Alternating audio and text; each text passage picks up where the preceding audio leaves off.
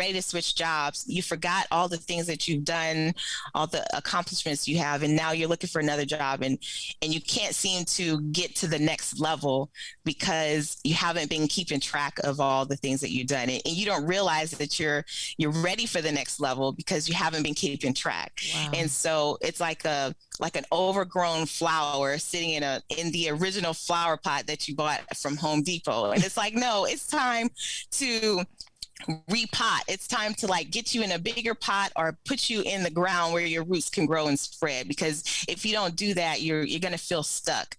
And a lot of people are like, when they come to me, they feel stuck.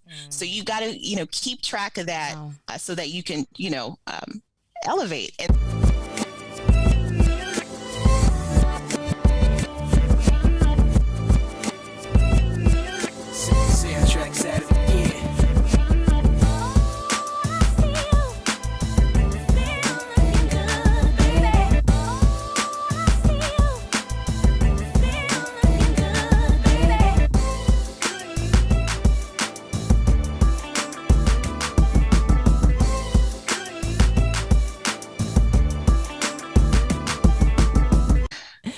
Hello and welcome to the Bold Black Girls Podcast. I'm Aries. And I'm Kim. And we are excited because, every month we have our Bold Black Girl of the Month. And this month we have Ashley Bolden of Contoured Resumes, a.k.a. Bold Encounters, which I was like, okay, Bold. Come through with the bold. yes.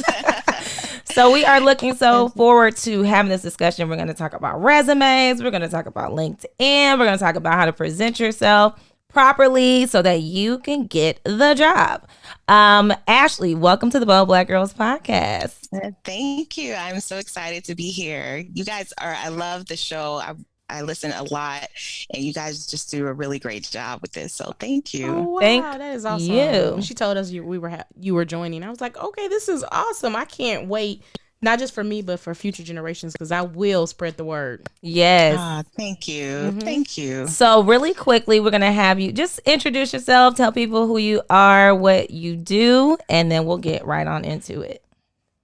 Okay, great. Well, again, my name is Ashley Bolden. I am originally from Louisiana, hence the Louisiana stuff back here. I live in DFW now. I am the owner of Bolden Encounters, LLC, doing business as Contoured Resumes. And I primarily work with mid to senior level professionals, helping them with their resumes, prepping for interviews, really optimizing their LinkedIn profiles as well. And so I've been doing this work since 2012.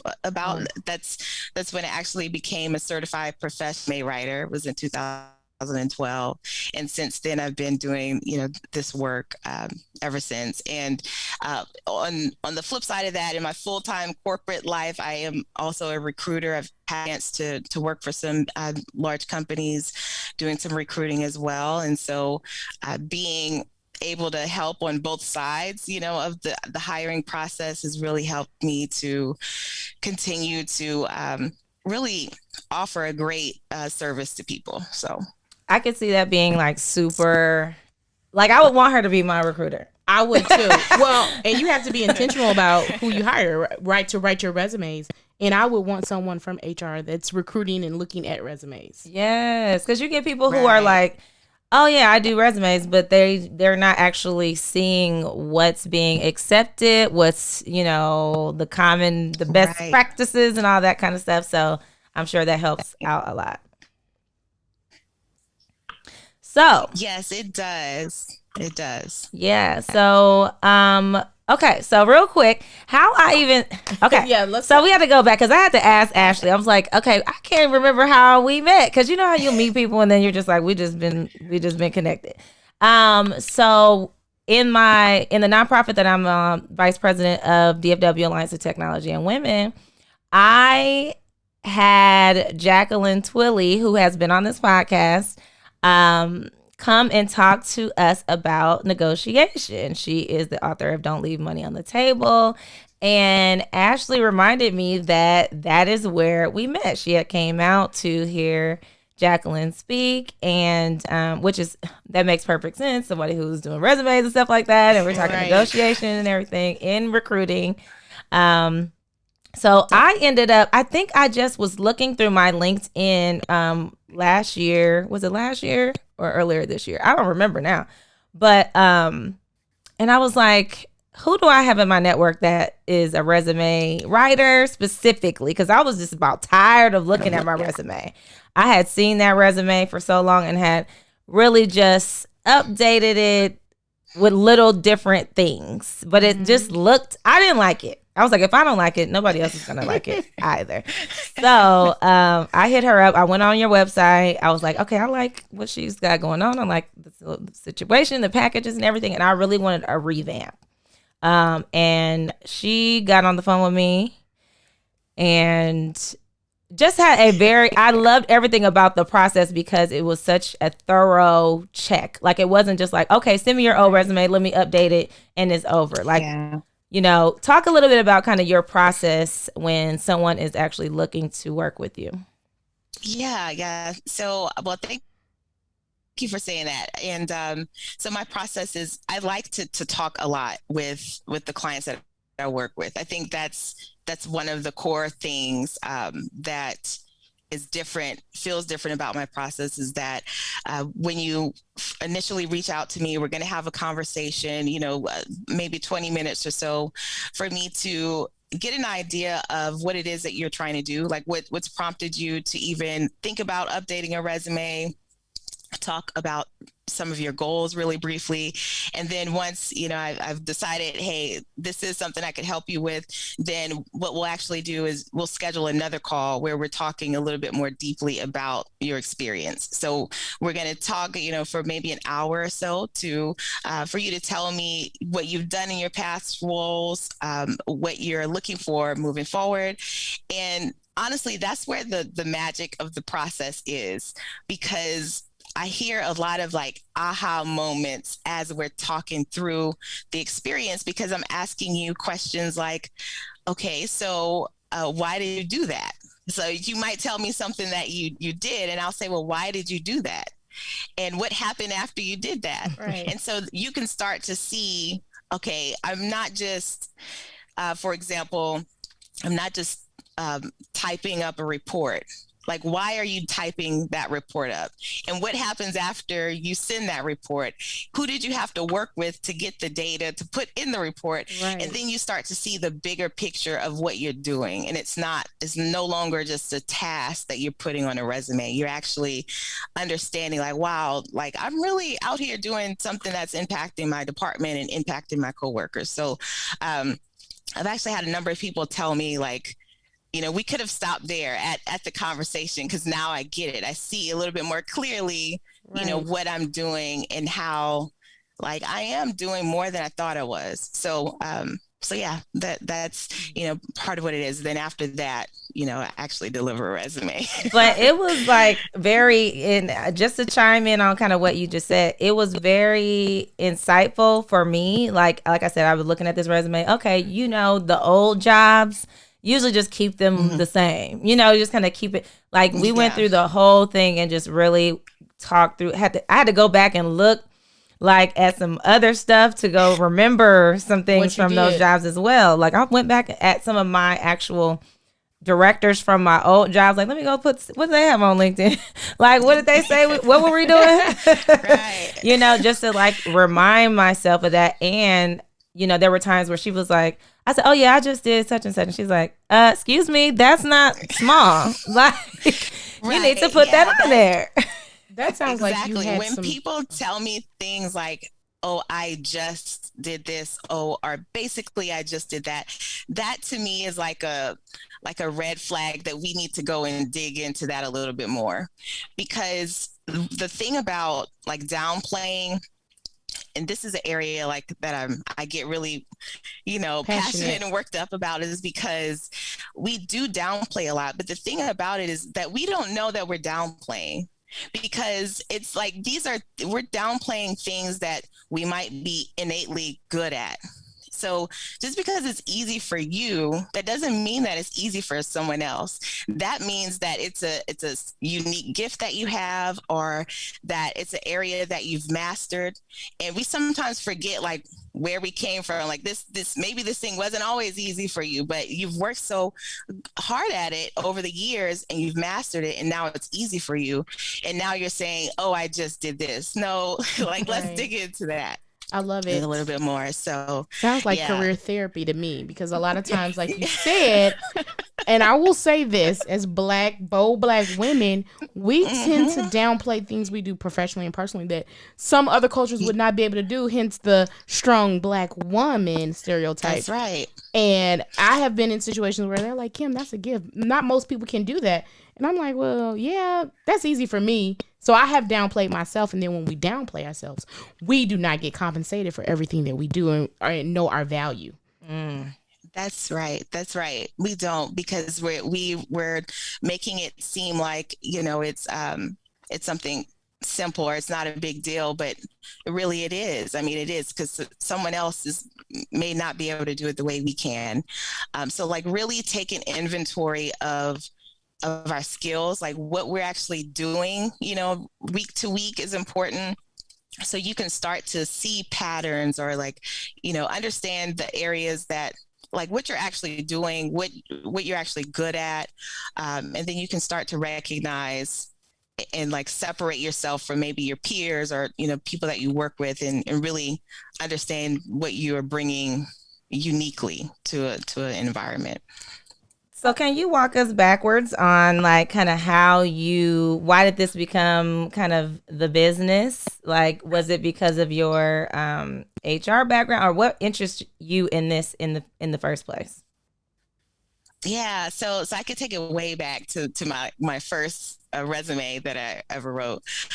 So I was actually in college, like in undergrad, and one of the assignments for one of my classes as a senior was to write a resume. We had to write a resume, and then we had to go out and get an informational interview. And I mean, like everybody was just so bent out of shape about the assignment. Like everyone was, really dreading doing it. And I was so excited about it. And I wrote the resume, I had a lot of fun writing it, and everybody was like, why is this so fun for you? And just the whole process was exciting for me. And then it sort of showed up again when I started actually having to apply for like jobs outside of, after college. And I never, I've never had a problem finding a job or like getting interviews. And that has been something that I've always been able to do, because I've been really intentional about my resume and keeping my interview skills sharp and that kind of thing. But also, I would say, after that, the big, I guess, turning point of when it came was something that I just enjoyed doing to actually turning into a business was in 2012, my husband and I decided that we were going to relocate. So I was living in Louisiana. We wanted to relocate. We didn't have a network here in Dallas. We didn't have like really anything. Like we were starting from scratch. And not only were we wanting to relocate, but we also wanted to change careers as well. I was actually in sales. My husband was in athletic training, and he wanted to get into sales, and I wanted to get into HR. And we were able to do that, like not only relocate, but also change careers at the same time. And then, you really start to see the power of it. So I started helping friends and family, naturally they're like, how did y'all, get this done? So I started helping friends and family, and then they started telling their family and friends. And the next thing you know, I have a ton of people, constantly asking for help. And that's when I was like, you know what? I need to like turn this into a business and, really provide people with a true service that will benefit. So, and honestly, when people come to me and talk to me about interviews and resumes, it's one of those things like I could talk all day about. And so that's when you know, like, you're operating in the space that you need to operate in, because we could talk about this all day. I love that. That is your passion and that is your unique gift, because everyone, they can't write good resumes, right? And so let's talk about this past Tuesday was Black Women's Equal Pay Day. So Aries and I were having a little healthy debate. Right. And so I said, I'm so glad we are having Ashley on here for the podcast, because I believe that without a good resume, you can't necessarily get the good job or the offers. Right. And she disagreed. And okay, let's put the debate out.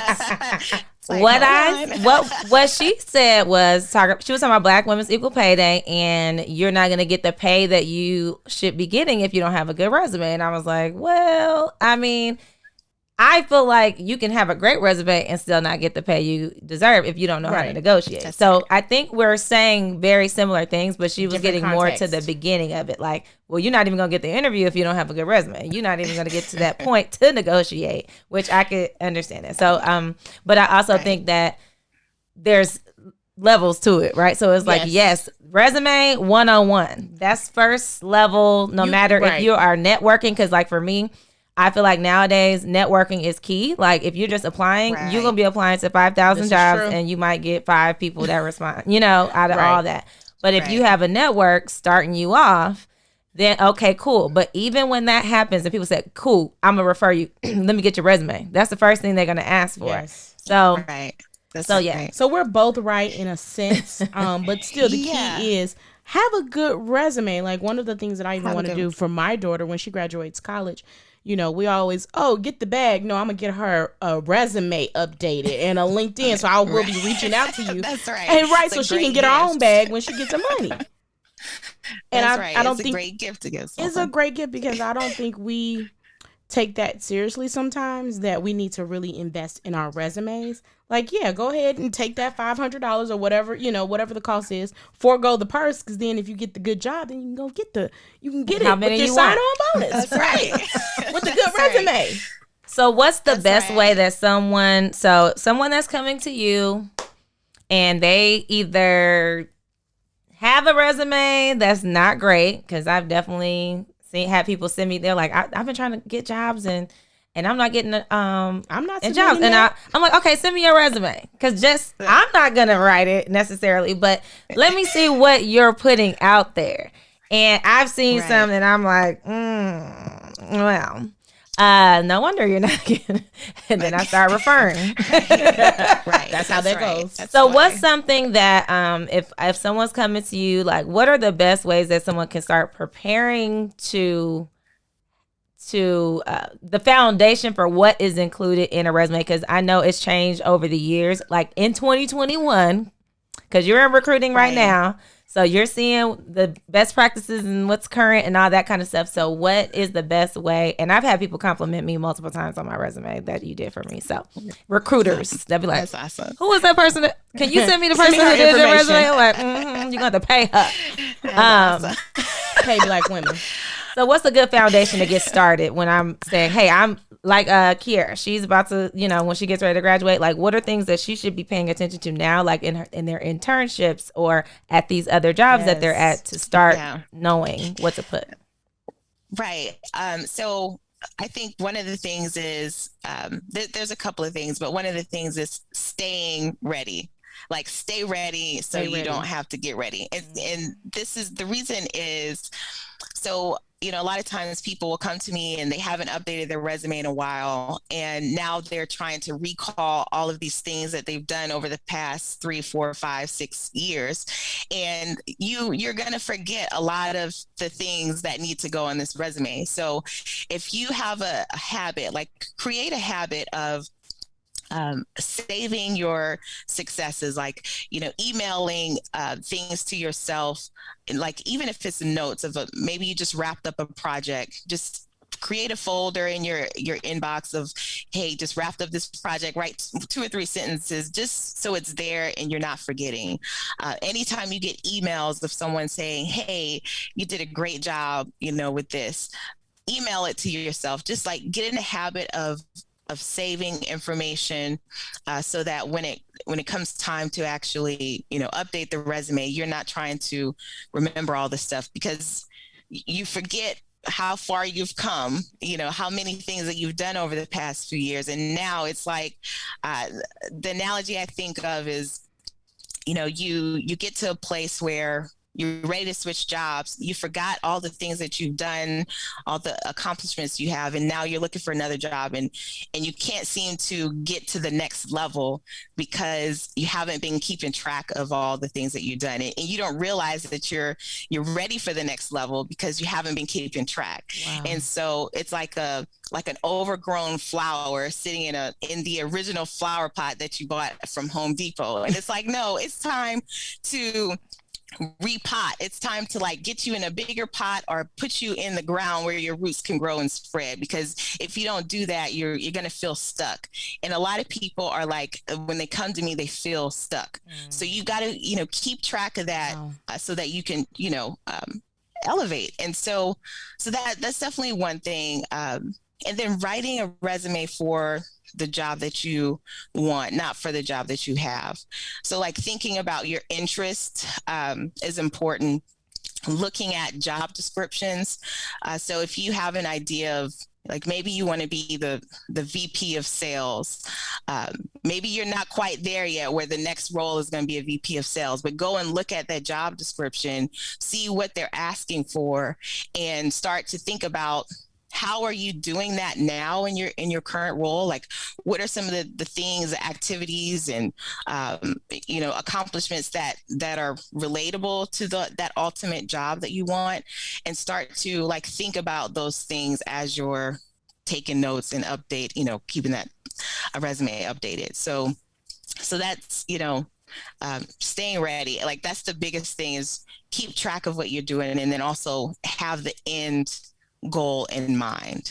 And nowadays, having it digitally available is super important too, because I've had times where I'm out and about and I might be somewhere networking and someone be like, send me your resume. I'll be like, let me airdrop this. It's in your mailbox right now. I keep my stuff ready all the time. I really believe in that, as well as the gap analysis part of what you were just saying. Because I'm like, girl, look, listen, I'm gonna need a resume that has this focus, because again, right, that's right, determining what job you're going for, having a sense of what you really want, because you do want the resume to be specialized to that specific role. And I'll tell you, that's so important just on the recruiting side of things. When we look at a resume and we're sending it to a hiring manager, as a resume writer, I get that some people don't know how to write resumes really good. So I have the empathy to pick up the phone and call. But these managers, they want to look at a resume and see that this person is going to solve the specific problem that I have right now. So when you have things that are missing from your resume, a manager is not going to be very motivated to interview you. And so I also find a lot of times, we want to create resumes that are broad. We're scared to go deep with a resume, but because we don't want to be, I hear a lot, well, I don't want to be pigeonholed. I want to be considered, I want it to be broad so I can apply to different opportunities. Right. But you're really doing yourself a disservice, because a recruiter or a hiring manager, they're looking to hire an expert in that position for that role 9 times out of 10. So it's really important, to position yourself in a way that's really targeted, like you said, having a resume that really speaks to a certain area, a certain, lane. Right. Yeah. That's also something that I'm sharing with my daughter. Look at the roles. I told her, take 3 roles that you are very interested in, dissect it, look at each, and see how you can align that to what you currently have the skill, or where there is a gap that you need to fill that gap. And so you talked about inventory of our skills and the accomplishments. One of the things that I try and do is monthly, weekly, quantify, because also on the resumes, I think we miss out when we don't quantify the value and the impact that we bring. Like, what did you save? How much time? How did it impact other areas because you did this and brought this much value to the team? And we do need to. I have a career diary. I'm gonna write down all my accomplishments and what I've done. You got a diary for everything. Awesome. And listen, you talked about that, like emailing yourself. I am big on notes just in my phone. Yes. I will write a note in a minute. Kim did this and she touched 100 right. people with the, and so it's like we have to remember that, and just doing that exercise, you will see the value, right? Exactly. So I've been in my role a year. I have not updated my resume. What is the recommendation? How often should you update your resume? So, I think if you are doing it, like truly updating it once every 6 months, once a year, I think that's a good, thing to do. But I would say that you need to constantly be keeping track of the information. Like, you need to constantly have that diary going at all times. Got it. But I'd say, for updating it every 6 months or so, I think if you do that, you'll be in good shape. I got a question. And then also, hold on, I got a question. I'm sorry, because it just came to mind, and I'm gonna forget, and I don't have a way to write this down.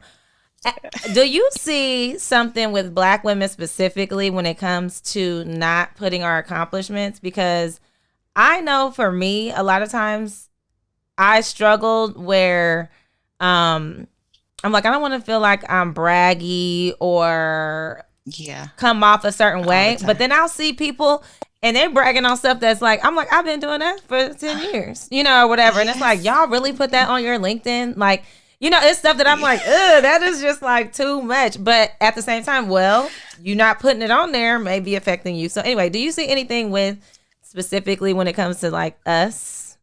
Or is this? Yes. It's like when I talk to women and we really start talking about what they've done, I'm like, why isn't this on your resume? We leave so much stuff off. And you can treat the resume like kind of like an interview when it comes to actual like strategy for writing some bullets. If you have trouble with like the downplaying or not, not putting things on the resume, treat a bullet like the SAR method: situation, action, result. Right. So be sure to give examples. Like, don't just even sometimes we write accomplishments, but we're not really giving context on those accomplishments. So you might say, I increased sales by 10%, but you didn't give context of how you actually helped grow the team. Like, you actually grew the team, to this size, or who were you selling to? Why? Like, how was this significant? So there may be other parts of the story that we're not telling, and that can really position us for that next level. So I would say, situation, action, result, and include numbers where you can. But I absolutely see where us as Black women, we downplay. We assume that like what we're doing is too small. But I'm like, no, there's no such thing as too small, because the thing that is small to you may be like a really important thing for an employer to know. So even like, making sure you're putting down industry terms, like regulatory bodies that you're working with, what are those regulatory bodies that you're having to constantly abide by or adhere to? Like, those little things are important, because it helps to just further showcase your knowledge, the depth of your knowledge. I like that. Like, if you're a project manager, it's like PMI, whatever, best practices or whatever, things like that. Okay. Exactly. Being able to showcase, like, sharing the technology that you're using in your space. And so, like, as a recruiter, one of the things that recruiters do is, we're searching for keywords. Like, keywords are what we rely on to find talent on these job boards and LinkedIn. So if we're looking for a sales rep that has experience in healthcare with primarily oncology patients. We're going to search just for a blanket, simple search. We're going to search sales, healthcare, oncology. And then if there's like some type of law that is important in that space, we might add that law. And if none of that is in your resume, then you're not going to show up early on our search. You may show up way down the list on the 20th page on the search. And so the more keywords that you have, the better that your chances are for, showing up on a search as a match. I like it. So I think any other tips in terms of resumes, because there's one thing I do want to point out. The resume is key, but you said you also work with interviewing skills. And I think a lot of the times we get the resume is great, but we don't interview well. What are you doing, and how do you prepare people for the interviewing skills? So the way I prepare folks is to really have a bucket of stories to tell. So, when you think about all the questions they ask surrounding, like, tell me about a time when you did this. Like, we'll come up with, maybe the top 10 questions we think that they'll ask you surrounding your experience, and then we'll create stories around that. So I think situation, action, result is a good formula to tell a story. It kind of keeps you on track to make sure that you're not just sort of rambling. But I think the more examples you can give, like specific examples that you can give, the better. So I really walk through, and not only are we telling the story, but I also try to get my clients to understand the competency that we're trying to demonstrate in that story. So like, why are we telling this story? Oh, you're trying to showcase that you're really great at building relationships, or you're trying to showcase that you really understand how to run a budget, or, whatever that competency is. We have to tie it back to that, like understanding we're not just telling a story just to tell a story. This is what we're trying to relate, and also making sure that it's relevant to the job that we're applying That's for. That's a point right there, because I feel like nowadays, and Kim and I, when I was she was still at her old company and I was applying for jobs, and I was reaching out to my network because I was entering a new industry that was not something that I was used to. So I'm like, hey, like, what is the interview going to be like? Like, what does that look like? And finding out that a lot of these places have, you have to do a presentation. Like, I hadn't had to do that before, So like going to other people and being like, okay, send me the presentation. What did you do? Like, send me yours. Let me look. I'm going online. I'm Googling, doing all that and utilizing other resources. When it comes to certain industry standards, like going into technology, there may be different types of requirements than healthcare or some other, industry. So really paying attention to what is the industry standard, for these type of interviews as well. Because certain companies have certain methods that people need to research ahead of time. They really do. And I'm going to tell you, Ashley, so I was at a company for 20 years before I decided to pivot. And it's a big change. It was a huge change. And I literally, thanks to Aries, I had her presentation. I changed it and tailored it to Kim's style. But as a result of that, I ended up creating an interview prep kit because I had never externally interviewed with any other company. All my interviews were internal. And I was like, I'm so glad I created this, because if I ever apply to another job, I have those stories where I have those foundational questions and I can remember it, right? And I've even shared it with people. I was like, maybe I need to monetize on my interview. You might, girl. I got it now, so you can't say it to me. Yes. Yeah, that's awesome. So, other things that you do, because I asked Ashley I wanted the whole shebang. Okay, so sound like a menu item. Right. I was like, I want the resume, I want the LinkedIn update. So she does that. One of the things I had you work on for me was a bio as well, because if you start looking for jobs, so we talked a little bit about kind of that beginning level, but if you're looking for executive leadership type of roles, or you're doing speaking, type of gigs, then you need a bio. And I was like, I'm I'm all about getting people to do services for me. Like, I'm not about to sit up here and waste hours of my day. Gifts. Yeah, I'm like, I'd rather invest in that than me sit there and be toiling over, trying to figure it out. Right. And then they come out jinky. So, talk to us a little bit about that, as a service, as far as like, bios and LinkedIn updates. Like, how do you usually work with people on that? Are you using what they have on the resume or what? Yeah. Usually I'm able to create a LinkedIn profile and bio as part of our conversation from the resume. So I'll typically ask some personal questions just to understand like motivation and maybe why they got into the industry, that kind of thing, to build out the bio and LinkedIn. But for the most part, it's similar information.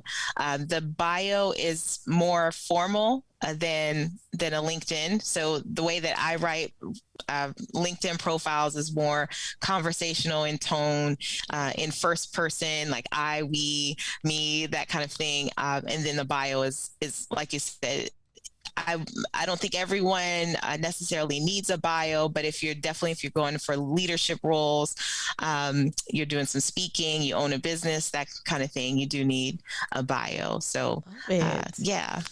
That's a great competitive edge to add, is to have that bio. Because, when people ask you about yourself, or, hey, you're going to be on a panel, the first thing they ask you is, hey, can you shoot me over your bio? Yep. And one of the things that I do, Ashley, we talked about this briefly, is when people are applying for jobs, right, and they ask me to refer them, I will ask them for a snippet, because honestly, a snippet of themselves, what you laughing at? A high-level summary of who you are and what you're trying to accomplish. One, because when we refer, they ask for, like, who is this person? Can they meet the role? And I want to be able to speak to it if I don't know you, right? And we talked about referrals and whatnot. Like I told Aries, if your resume is not up to par, I'm not referring you. You can't refer everybody, period, because it's a reflection of you.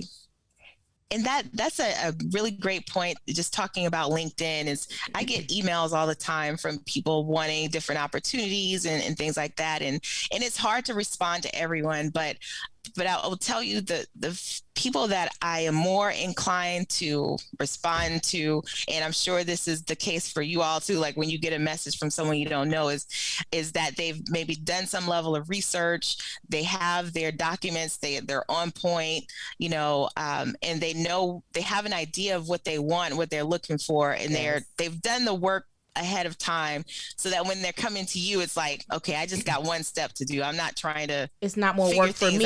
Yes, it doesn't require more work. Do not give me work. You're absolutely right. I had someone reach out. I was like, hey, I know they have referrals there. This is the job I'm looking for. Here's my information. Can you submit it? Perfect. Copy paste. Let me drop this. As opposed to someone like, hey, I see you work there. What type of roles do you think I would be great at? Can't help you. Right. Nope. Can't help you. It's like that's a good way to not get a response. I'm like, that's a you problem. And you can contact a career coach for all of your needs. Exactly. Right. It is. And, and I'm glad to have like the space to share that, because I know a lot of talented people are doing that. They're going online and just sending emails kind of blindly, but you got to put some legwork in, be really specific about what you want, show that you've done some research. If you're reaching out to someone that, works at ABC company, and you've applied for a role, and now maybe you're looking for a connection or referral of some kind, let them know, hey, I'm interested in job number 12345. Because when you apply for a job, there's usually a job number visible. Like 9 times out of 10, there's a job number that's visible on the job you're applying for. So share that number, or share the link to the person that you're reaching out to, so that they can more easily, share it with a recruiter, or go and look it up themselves. When you're reaching out, like you said, you don't want to give people homework to do for you. Do it first, and then they can just take you to the finish line. Exactly. Yeah, exactly. That's something that I do. I'll send a link and be like, hey, what do you think, or what's the best way that I should go about applying for this job? Because some places will want you to don't apply, send it to me, first. or go apply, then come back and then let me do. So it's always like, what's the best way that I should apply for this, role? Should I go straight through you, or should I go through, different ways? That's a good point. Sometimes it is best to wait. If you feel confident that someone can refer you, wait so that they can go through their employee referral process and refer you that way. So yeah, it's so important. All right. So since we're talking about LinkedIn, this is the LinkedIn guru over here, baby.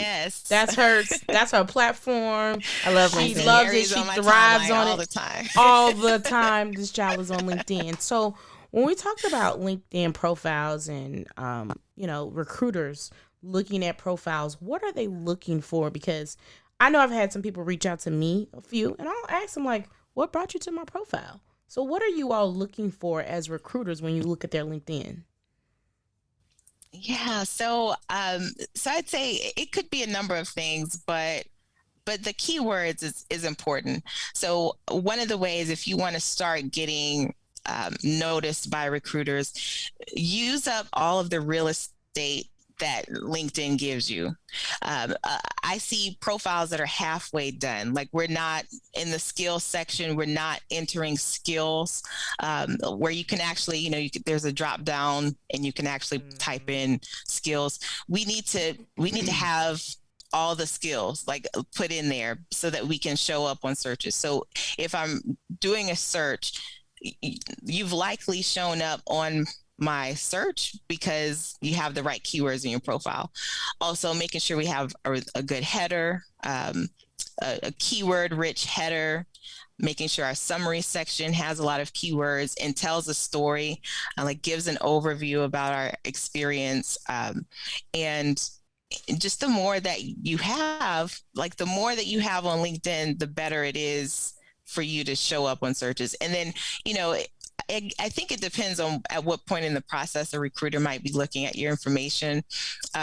You also want to make sure that, if you've applied to a role, you want to make sure your resume matches the LinkedIn profile, not word for word, but just in terms of dates and things that you have on your resume. Sometimes I see where people are it doesn't match for one reason or another. They're trying to maybe fudge something on the resume, but it doesn't match. You need to make sure that it reads the same. Yeah, and the skills, you can do up to 50 skills on there. I'll be like, how many? I put something. I maxed that thing out. I maxed out. I'm they're like, you have reached the limit. I'm like, okay, so let me make sure I got what needs to be in here. Let me take that off. Okay, that kind of is the same thing. We're going to take that off. We're going to put this on. I'm over here negotiating skills. I don't play. I have a question, Ashley. So we talk about resumes and LinkedIn being in alignment. I have noticed some profiles have their resumes attached. What is your view on that? It's mixed. So I'd say if the person is only going after one type of job and that's it, I know that I want to be, this really specific thing or have this really specific role, then I say, go ahead, put it on there. But for folks that are open to different things, I don't think it's a good idea because you're not giving yourself a chance to tailor it to the role. And someone can look at your experience and assume that you're not a fit because you're missing some things because it's not totally tailored. So I'd say if you're pretty sure about what you want, or no, if you're very sure about what you want to do, then go ahead and put it on there. But if not, just write a great profile summary, and that'll do the trick. You don't need to have your resume, posted online. I do. So that's my thought about it. I was going to say, because I don't, I used to have the same thing that was on my resume on my LinkedIn when it came to the jobs and stuff. And then I took all that off because of that exact reason. I put the jobs, the titles, the name of the company, all that in there. Yeah. But I don't put a description because I'm okay, on this resume, I might put the description this way because of the tailoring, of that. Yeah, tailoring, right. Yeah. So it's if it's some DEI thing, I'm gonna highlight that differently on a thing that's specifically for something with DEI, or something. If it's sales, then it's gonna have a different spin to it than what I would be putting for something else. So I definitely stopped doing that a while back because I realized like this is gonna seem like a conflict if I'm applying. So yeah, it's I agree with exactly. And then it helps to, as a recruiter, you can write. So I've had like two people that I work with that work for the same company. They were both in HR roles. Their backgrounds were very similar in terms of like they both worked in HR for a while, but when I actually wrote their resumes, it was two completely different resumes because one person was interested in DEI and the other person was more interested in HR operations. And so it's like, those, like you said, it's about the angling. So if I'm hiring for diversity, equity, and inclusion, but all I see is like operations stuff and I don't see the DEI, angle on there, then I'm looking at your profile like, maybe this person is not a fit. So yeah, you want to be careful about aligning. So you are a bold Black girl. I do have one question. I know this is going over real quick. Any don'ts that we should not do when it comes to LinkedIn? That's a good one. Because we talk about what you should do. What shouldn't you do? Not putting your address or something like that. You mean like resume stuff? Yeah. That's a great question. It could be LinkedIn or resumes because now people aren't using their address on their resumes. Yeah. So, gosh, that's a great question. I'd say, don't just copy and paste job descriptions. Like, don't be bland. Like, don't just copy and paste your current job description and put it on a resume. Don't do that. Also, try whenever you can to submit a PDF version of your resume. So the don't submit a Word document. Like, put a preference on submitting a PDF document because formatting is different. Like it may show up one way on your computer, but in the system it may show up another way. And that's something that you can't always prevent. It just depends on your computer. So do that. Also, be careful with the too pretty resumes, the resumes that are really cutesy. Those are cute and everything, but content is key. Like as a recruiter, I mean, I appreciate a good looking resume, but I'm more concerned with when I show this to the hiring manager, are they going to be, does it show the keywords and the experience and the level of like depth of knowledge that I needed to show for my hiring manager? A hiring manager is very less impressed, is not impressed by how pretty a resume is. They're impressed with the content of a resume. And can you do the job? Yeah, so make sure. Okay, you just sparked a question. So, if you work with Ashley, she will get you the whatever kind you need. She got the Word and the PDF and all that. You're going to have the whole package. So, now, when do we use, there are resumes that have your picture on it and some that don't. When should we be using the one? Because I hesitate to use the one. I have one with a picture. Right. But I'll be like, like, should I use it or shouldn't I? I mean, I'm not as scared to put it on there because at this point, you see my LinkedIn. Yeah, I'm a Black woman, and I ain't no hiding it. And I need you to know that before I come, anyways, because I don't want no problems. But yeah, like, what is your recommendation there? Man, this is also a tough question because I think it depends. It depends on the recruiter looking at the resume and their preference on it too. So that plays a factor. I would say for more, and this is just me, I don't think there's a complete right or wrong on this, but I notice for more conservative industries or like traditional industries, maybe finance and, stuff like that, they're I would say you probably don't need a picture. When it comes to like your roles that are more about relationships and maybe social media or companies that are more progressive, the picture is, probably a good thing, to have on the resume. So I'd say just be mindful of the industry that you're in, the type of company you're applying for as well. So I go back and forth. I have a picture on my resume, because I just, I'm like, you'll see it at some point. And when I'm in the business of like relationships too. So that's true. Yeah. So, but they're definitely for some folks, I don't, recommend a headshot. So, and also on LinkedIn, that's another tip for LinkedIn. Make sure that you have a professional looking headshot. It doesn't need to be done by a professional for you to have a nice headshot. Like actually, a little secret, the headshot that I have right now is one that I took with my phone. And I just went on canva.com and I eliminated the background and, got a cute little, nice. I love Canva. Yeah. Yeah. So that's another trick. Sometimes people are like, they don't want to put a picture up because maybe they, don't have resources to go get a professional headshot, but you don't need that to have a good looking headshot. I love it. So Miss Bold Black Girl of the Month. She's bold. We learned she was even more bold than we thought because her name. She moved. I know, right? She moved from another state without just changing industries, starting a business. Yes. Doing her thing. She works for one of the top tech companies. You go look her up and you'll know which one it is. And I feel like we've been saying that the last couple of weeks. Yes. Like you'll see what. Go look her up. What are some ways we can support you? How can people reach out to you? Like, what does that look like? I do think what you're doing is going to be like really great for, especially with this conversation around, Kim had just sent me an article about how our,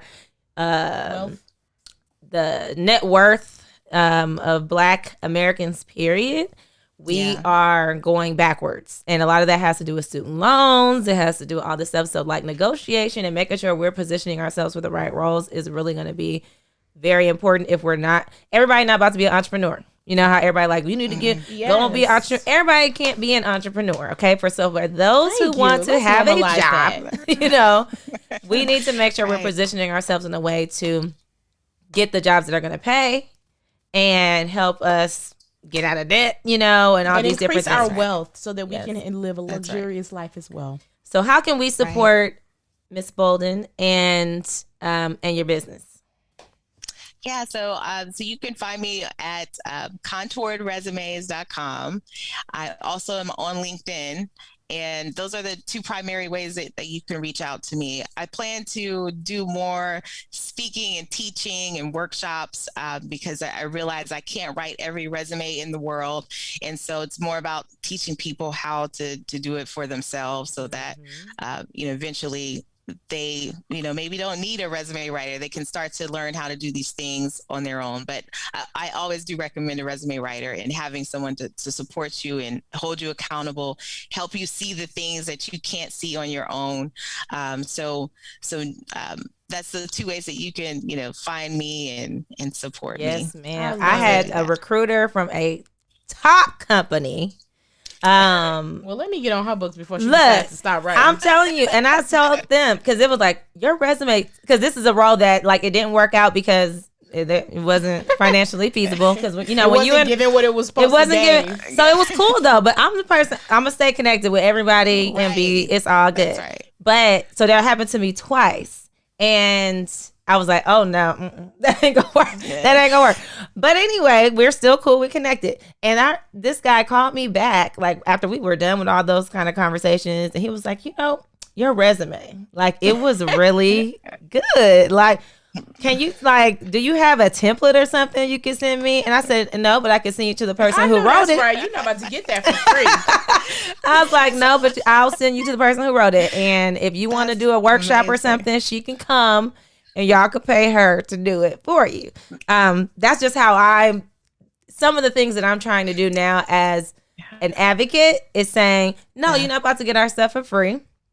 No, we need to start, and this has a lot to do with Simply Speech is a program that I'm in right now with Rhonda Khan, and she's really teaching about being paid to speak, being paid, expecting pay when you're moderating, when you're doing all these different things that, and I didn't even realize how much, that really, I'm like, I should have been requesting payment for some of the stuff. Right. But so now what I'm doing is when someone asks me for a recommendation for things like this, I'm like, yes, and I'm going to set the expectation that you're going to need to pay the person.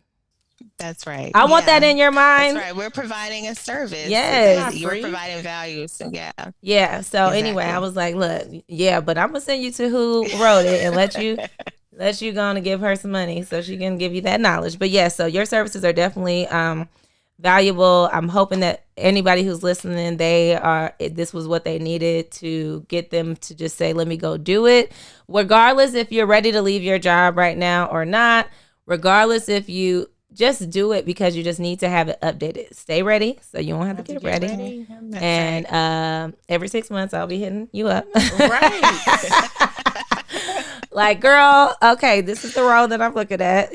Like, even if it's internal, even if it's whatever it is, it just really sets that standard that, oh, she's not here to play. Like, she got herself together, and she's ready. A manifestation of all my experiences that I'm going to bring together. I'm always pulling down a job posting like, okay, future state. I look at jobs like I'm looking at houses on Zillow. Yeah, I'm like, that's gonna be me in about 2 years. I was just trying to see. I'm trying to see something. I'm like, I like that title. Let me put that in I'll save titles sometimes. I just be like, I like the way that sounds. Right. I might use that. You know what? Yeah, they're called different things. Like 5 years ago, we got brand new job titles of the same types of roles called something completely different. So that's a good way to do it. Well, thank you, Ashley. We are so glad to have you. And thank you so much. We'll definitely be sending a bunch of people your way, including myself. Awesome. I look forward to it.